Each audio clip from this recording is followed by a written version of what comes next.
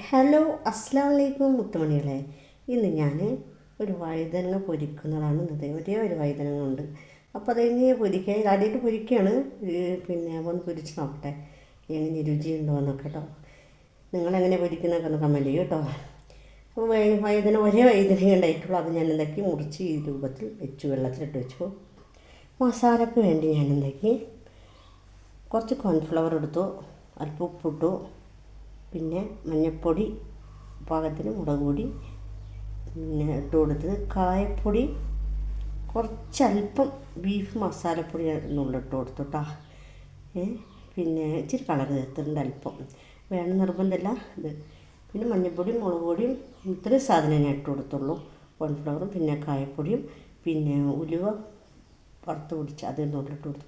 ഇത് നന്നായി മിക്സാക്കിയിട്ട് ഒന്ന് പൊരിച്ചിട്ട് കാണിച്ചു തരാം. ഓക്കേ, ഇതാ മുത്തുകളെ, ഞാൻ മസാല പുരട്ടി വെച്ചു. ഓക്കെ, കല്ല് വെച്ച് കൊടുത്ത് എണ്ണ വെച്ച് കൊടുത്തു. ഓക്കെ, കല്ലിലേക്ക് ഇട്ട് കൊടുത്തിട്ടുണ്ട്. ഓക്കെ, അല്പം എണ്ണ വെച്ച് കൊടുത്ത് കല്ലിലേക്ക് ഇട്ട് കൊടുത്തു. ഓക്കെ, ഇതാ അടിപൊളി രുചികരമായ നല്ലൊരു വഴുതനങ്ങ പൊരിച്ചത് സൂപ്പറായിട്ടുണ്ട്. ആദ്യമായിട്ട് പൊരിച്ചാൽ സൂപ്പറാണ്. അതുകൊണ്ട് എല്ലാവരും ചെയ്ത് നോക്കണം. ഓക്കെ, ഇഷ്ടപ്പെട്ടാൽ ലൈക്ക് ചെയ്യൂ, ഷെയർ ചെയ്യൂ, സബ്സ്ക്രൈബ് ചെയ്തിട്ടുണ്ടല്ലോ ബെല്ലൈക്കൺ നമുക്ക്. ഓക്കെ, മാഷാ അല്ലാഹ്, അടിപൊളി.